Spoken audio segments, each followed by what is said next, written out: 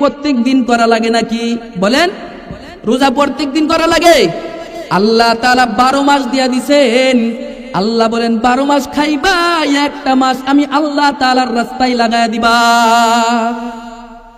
এখন কিছু কপাল পোড়া আছে, তারা এই 1 মাসের মধ্যেও বিড়ি না টানলে ভালো লাগে না, আছে না নাই?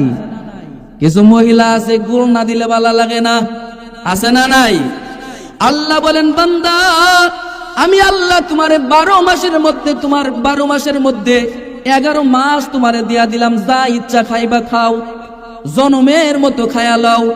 কিন্তু বান্দা, একটা মাস 30 দিন আমি আল্লাহ তাআলার নামে ওয়াকফ করে দিবা।